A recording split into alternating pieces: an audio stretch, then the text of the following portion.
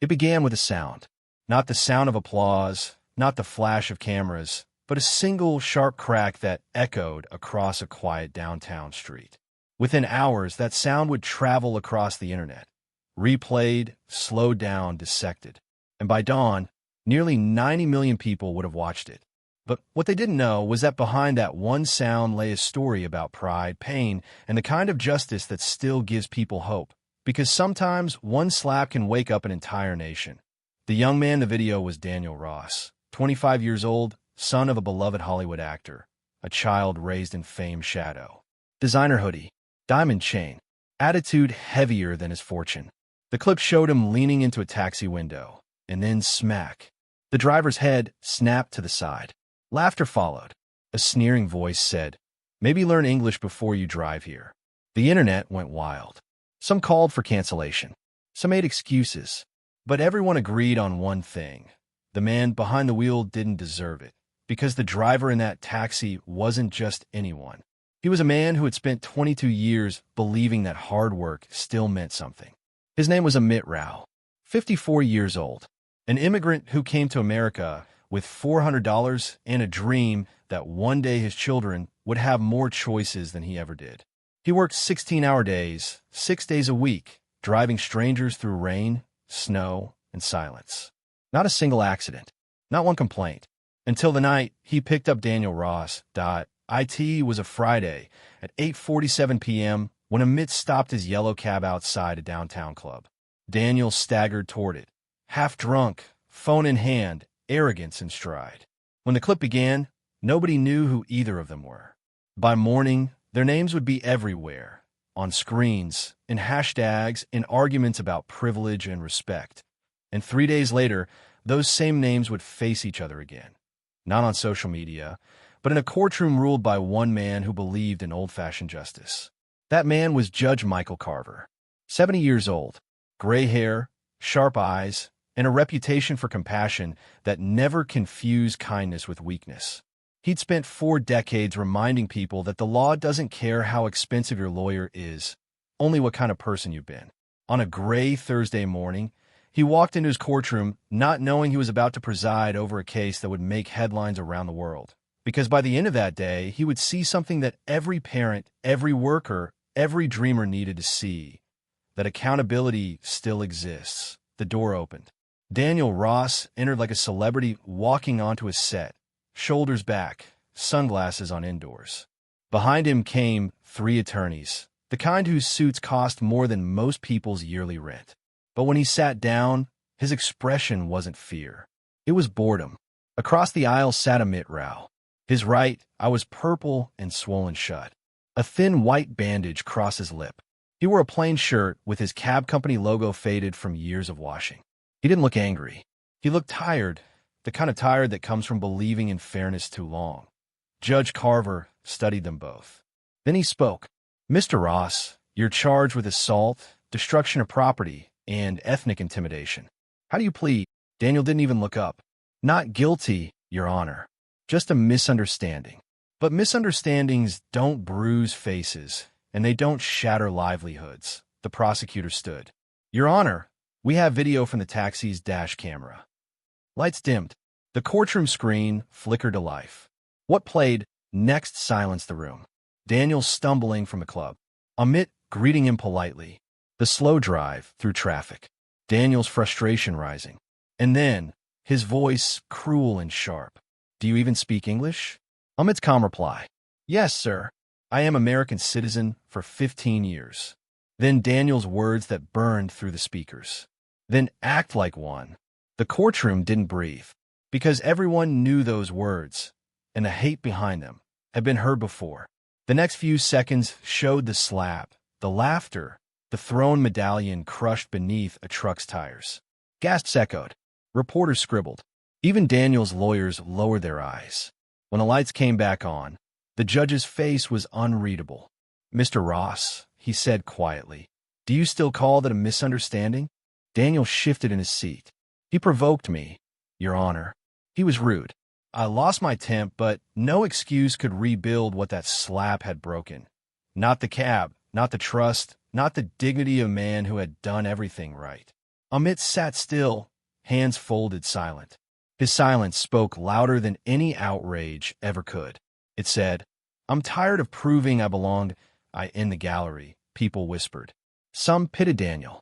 Most pitied the man who had spent 22 years building a life that one drunken moment tried to destroy. Judge Carver leaned forward. "I've seen anger, arrogance, and ignorance in this courtroom," he said, "but rarely all three at once." And with that line, the world watching online realized this wasn't just a case about violence. It was a test of conscience. Cameras flashed outside the courthouse. Inside, Daniel's smirk was gone. For the first time, he looked small, a boy who had never learned that kindness is strength. As the bailiff called recess, Judge Carver remained seated, watching him, because he knew something the cameras didn't. He knew that justice isn't found in punishment alone. It's found in what happens after. And before the day ended, Daniel Ross would discover that some lessons money can't buy. Only humility can. The courtroom returned from recess to a silence that felt alive. The cameras were rolling again. The reporters leaned forward, pencils trembling against their pads. Judge Carver took his seat, folded his hands, and looked first at Amit Rao, then at Daniel Ross, because what was about to unfold wasn't just a legal battle. It was a test of what people truly believe about justice and privilege. The judge nodded toward the prosecution. "Proceed." The prosecutor, a calm woman named Elena Miles, stepped forward. Her voice carried neither anger nor theatrics, only truth. "Your Honor," she began, "the facts are clear. Mr. Rao's entire livelihood was destroyed in less than 2 minutes. But the deeper damage is harder to see. The humiliation of being treated as less than human." Daniel's attorney rose instantly. "Objection, emotional speculation." Judge Carver's gavel tapped once. "Overruled." "Continue, Ms. Miles." Every eye returned to the screen, because this story wasn't just evidence. It was a mirror. Elena turned to Daniel. "Mr. Ross, do you remember what you said after striking Mr. Rao?" Daniel hesitated. "I was angry. I don't recall my exact words." She held up her tablet. "The dashboard microphone does. It recorded you saying, 'Maybe people like you shouldn't be allowed to drive in this country.'" Gasps broke from the gallery. The young man's shoulders slumped slightly. For the first time, arrogance met its own echo, and it sounded smaller than anyone expected. Amit Rao sat motionless. His hands rested on his knees, fingers clasped tightly. When Judge Carver asked if he wished to speak, Amit rose slowly. "I don't want revenge, Your Honor," he said quietly. "I want understanding. I came here believing that respect was part of being American. I want that belief back." The judge's face softened.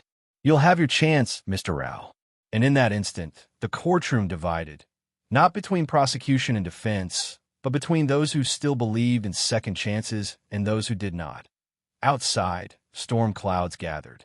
The sound of distant thunder rolled through the old courthouse windows as if nature itself wanted a verdict.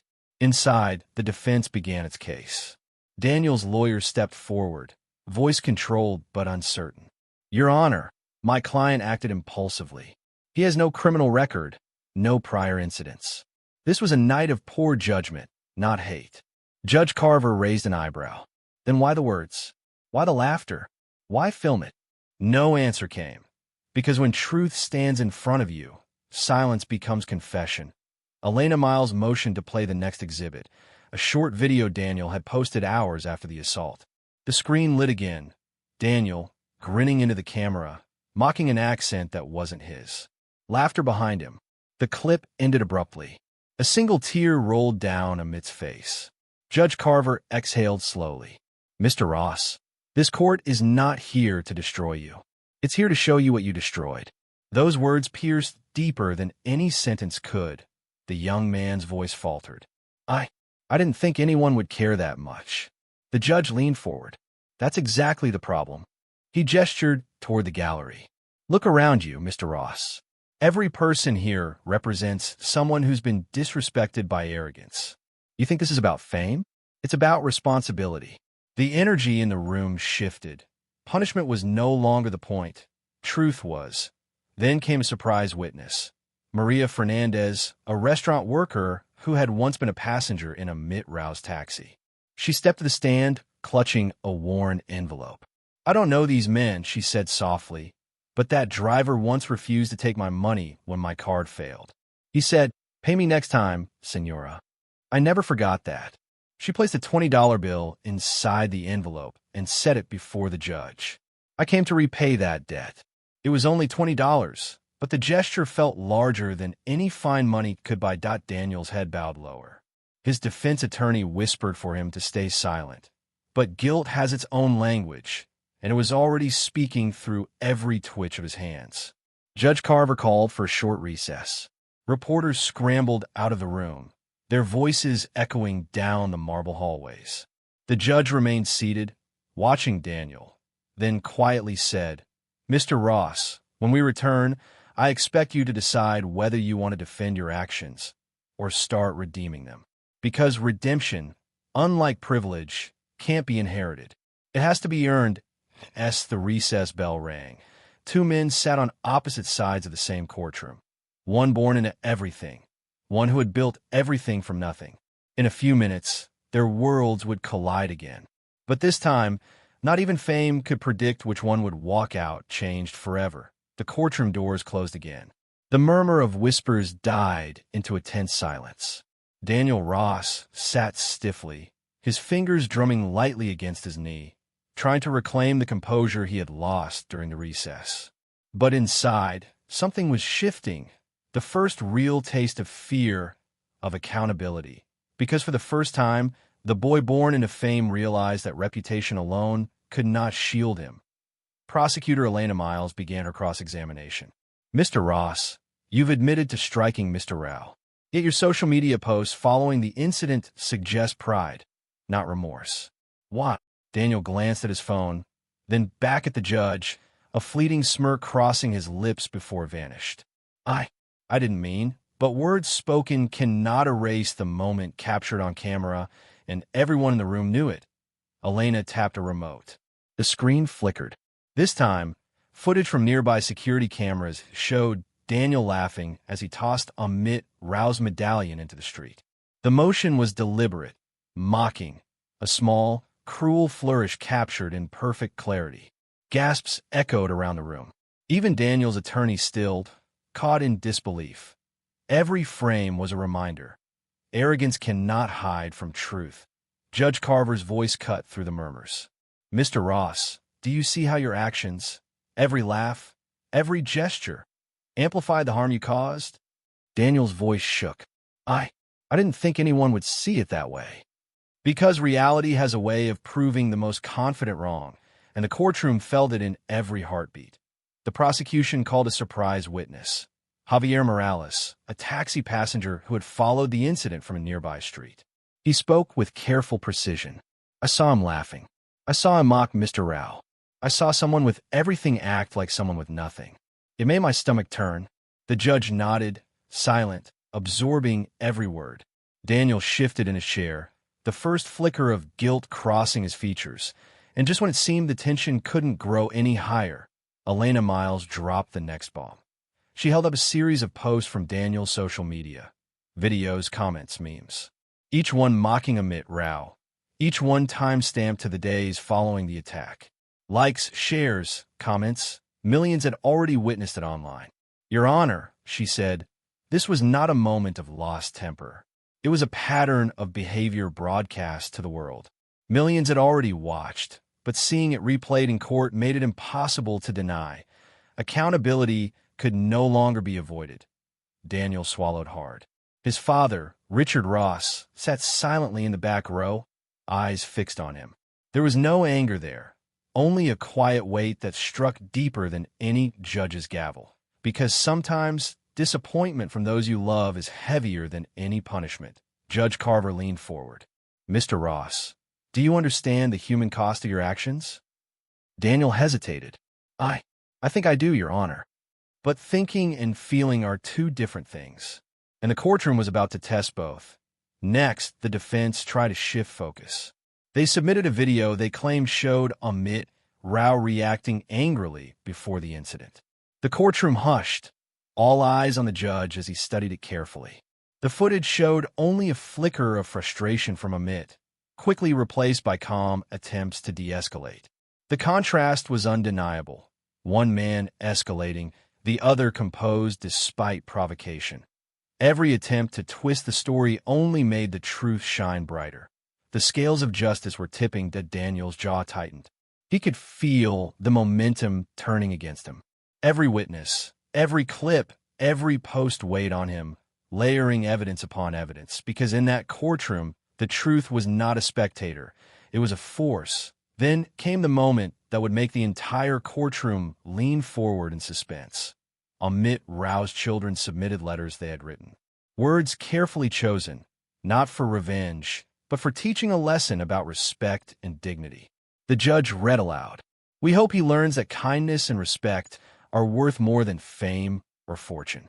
We trust the court to teach him this lesson." The silence that followed was electric, because this was no longer about punishment. It was about moral reckoning. Daniel's fingers trembled. He finally understood what his father had tried to teach him privately for years. That character cannot be borrowed, inherited, or faked. It must be earned, often the hard way. And in that stillness, everyone in the courtroom realized the turning point had arrived. Judge Carver looked at Daniel, voice calm but firm. "You will face the consequences, not to destroy you, but so that you may understand the gravity of your actions. Today, your choice is clear. Defend your arrogance, or begin the hard work of redemption." Because the true rising tension was not the evidence. It was the moment of decision itself. The room held its collective breath. Two men on opposite sides. One who had everything, and one who had spent a lifetime proving he belonged. Their worlds were colliding. The stakes had never been higher.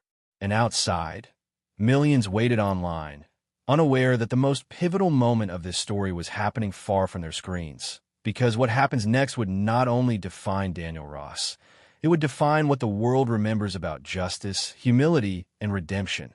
The courtroom felt as if it were holding its breath. Every eye was on Daniel Ross, whose confidence had begun to crack. The evidence, the witnesses, and the silent judgment of his father weighed down on him like a tidal wave. For the first time, Daniel realized that privilege couldn't shield him, and fame couldn't erase the consequences of his actions. Amit Rao's voice rang out, calm but piercing. "I spent my life building something honest. That night, I was humiliated in front of millions. Not because I did something wrong, but because someone thought they were above accountability." Daniel's lips trembled. He avoided Amit's gaze. His father, Richard Ross, sat silently, hands clenched. The tension was palpable. Everyone knew. This was the moment where a man would either face justice or crumble under the weight of his own arrogance. Judge Carver leaned forward, voice steady but intense. "Mr. Ross, the court has reviewed all evidence. Witnesses, recordings, social media. Every piece shows choices that were dishonorable. How do you justify your actions now?" Daniel's voice cracked. I made a mistake. I didn't think. I was wrong." A silence filled the courtroom. Not comforting, but heavy with expectation. Judge Carver studied him, seeing past the designer clothes and fame straight into the heart of the young M.N.I. in that silence. The world waited for one thing: accountability. The prosecutor presented one final twist: letters from Amit Rao's children, unseen by the public, carefully written. "We hope he understands that respect and fairness matter more than fame. We trust the court to teach this lesson." Even the journalists in the gallery felt their chests tighten. The story had shifted from punishment to moral reckoning. Judge Carver's voice softened, almost gentle, yet unyielding. "Mr. Ross, justice is not about vengeance. It is about teaching, about ensuring dignity and respect are never optional. Today, the court must decide whether lessons are learned before a life is irreversibly shaped." Daniel's father finally spoke, voice low but resonant. "You must understand the weight of what you've done. It's not just a slap. It's a message to millions about who we are and how we treat others." And then it happened, the moment everyone had been waiting for. Daniel's composure shattered. Tears welled in his eyes as he realized the magnitude of his choices. The room leaned in collectively, sensing the tipping point. Judge Carver's gavel hovered in the air, a symbolic weight of moral and social justice waiting to fall. This wasn't just a courtroom decision. It was a defining moment, echoing far beyond the walls. Daniel took a deep breath, shoulders shaking. He looked at Amit, who met his gaze calmly. Not with anger, but with quiet dignity. In that instant, Daniel understood that respect, honesty, and integrity were more powerful than fame, more enduring than fear, and far more valuable than wealth. Judge Carver finally spoke, gavel descending with purpose. Today, the court affirms that privilege does not excuse wrongdoing, that wealth does not erase accountability, and that every person, regardless of fame or fortune, is bound by the principles of justice.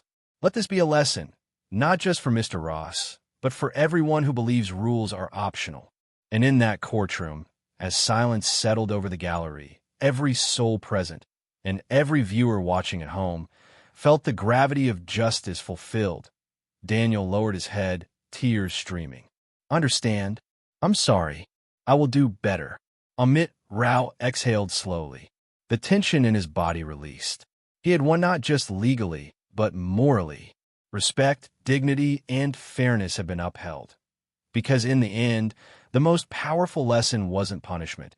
It was the triumph of character, morality, and accountability over arrogance and entitlement. The courtroom waited. Every eye on Judge Michael Carver, whose reputation for fairness had brought calm to countless storms. Daniel Ross sat forward, trembling slightly. Every breath, every heartbeat felt magnified in the silence. Because this was the moment the world had been waiting for, when privilege would finally meet the unyielding scale of justice. Judge Carver looked over the courtroom. "Mr. Ross," he began, "you have been given every opportunity to acknowledge your actions and their impact. Yet, this court has found clear evidence that you acted with disregard for dignity, respect, and basic human decency." The young man swallowed hard, words caught in his throat. Judge Carver continued, his tone steady but resolute. "The sentence is as follows: 90 days in a state correctional facility, 600 hours of community service teaching English to immigrants, and restitution totaling $82,000. Additionally, you will issue a public apology acknowledging the harm you have caused and the lessons you have learned." The courtroom gasped, but it was not shock that filled the air. It was the power of accountability in its purest form that Daniel's voice shook. "Your Honor, this will destroy my reputation." Judge Carver leaned forward slightly, his eyes softening. "No, Mr. Ross. You destroyed your reputation when you mocked a man's life, his work, and his dignity. This sentence gives you the chance to rebuild yourself, not through fame, but through humility and responsibility. Because true justice is not vengeance. It is transformation."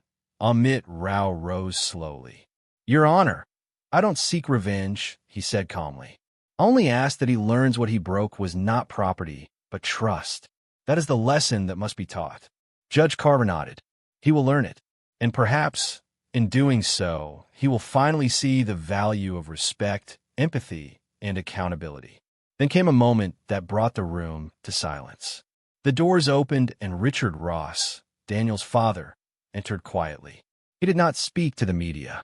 He did not approach the bench with pleas. He simply stood behind his son, watching, because the weight of a father's disappointment can reach deeper than any gavel ever could. Richard Ross spoke softly, his voice carrying the authority of both parent and moral witness. "Your Honor, I am not asking for mercy. I am asking for him to learn. Fame cannot teach him that. Only this courtroom can. Thank you for ensuring he will understand the gravity of his actions." Daniel's body shook. The weight of his father's disappointment, combined with the reality of the sentence, pressed down like a storm. And in that silence, the courtroom, and the millions watching later online, felt the power of justice fulfilled. Judge Carver's gavel struck once, the sound echoing like a heartbeat. "Court adjourned. Let the process of redemption begin." Daniel exhaled slowly, tears streaking his face. Amit Rao nodded, a quiet acknowledgement of dignity restored. Richard Ross placed a hand on his son's shoulder, a silent promise that this moment would mark the beginning of a hard but meaningful journey. Because the most profound victory in that courtroom wasn't legal. It was moral. Outside, the media erupted. Cameras flashed. Social media buzzed. But inside the room, the lesson was clear. True accountability is never optional, and respect cannot be bought or inherited. It must be earned. And as the courtroom emptied, everyone understood that this case would be remembered not for the slap, the laughter, or the viral footage, but for the justice that finally set the record straight. Daniel Ross walked out of the courtroom not unscathed, but awakened. Amit Rao left not vindictive, but respected. Judge Carver remained seated, satisfied that law had been tempered with wisdom, mercy had been measured with principle, and the message was clear. Character outweighs fame, and accountability is the foundation of any society that values justice. Because sometimes, the gavel doesn't just end a trial. It begins a life lesson for millions to see, hear, and remember. 3 months had passed since that fateful day in the courtroom. Daniel Ross walked through the doors once more, not with arrogance, not with the swagger of privilege, but with a quiet determination that was almost unfamiliar to those who had known him. Because the journey from ignorance to accountability is never easy. And this was the first day Daniel truly understood that he had completed every hour of community service teaching English to immigrants, hours filled with patience, humility, and lessons far beyond grammar. He had written and delivered his public apology. And through each task, he learned the value of respect, empathy, and hard work, lessons that no wealth, fame, or social media following could ever buy. Amit Rao stood before him, steady, calm, and dignified. Daniel approached slowly, hands trembling. I've truly learned, he said softly, looking Amit in the eyes. He then attempted a few words in Gujarati, halting, imperfect, but spoken with sincerity, because true humility is not about perfection. It's about the courage to try. Amit Rao smiled gently. I can see that. It's a start. He extended his hand. Daniel hesitated, then shook it firmly, a gesture that sealed a silent understanding between them. Not a friendship, yet not of enmity. A mutual acknowledgement that justice had been served and lessons learned. And the courtroom lesson that once shook a city now echoed quietly in human hearts. Accountability heals, not just punishes. Judge Michael Carver sat in the back, observing from afar. This is the essence of justice, he whispered, almost to himself. It is not the gavel, not the fines, not the hours of service alone. It is the transformation that occurs when a person truly faces the consequences of their actions and emerges wiser, humbler, and more human. Richard Ross, Daniel's father, watched from the gallery, eyes moist but proud. His son had stumbled badly, but he was walking forward now, carrying the weight of his actions with humility and responsibility. Now you finally understand, he whispered, what it means to be my son. Because love and accountability, when combined, can guide even the most privileged toward the lessons money and fame cannot teach. The courtroom emptied slowly. Outside, reporters snapped photos, but the real story wasn't the headlines. It was the quiet handshake, the softened gaze, the restored dignity of a man who had been wronged, and the sincere remorse of the man who had wronged him. For the millions who later watched this story online, that moment became proof that change is possible, and that respect and empathy can rewrite a life. Daniel Ross would go on to live differently.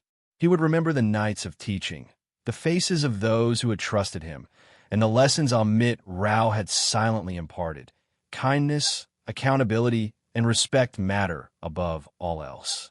Amit Rao returned to his life with renewed dignity, knowing that justice had not only been served but had been witnessed by the world, a reminder that morality still matters, even when millions are watching. And Judge Carver's final words echoed long after the gavel fell. Being human is not about status, wealth, or fame. It's about how you treat people, and whether you honor the trust, dignity, and life of every person you encounter. As the screen fades to black, the message is clear.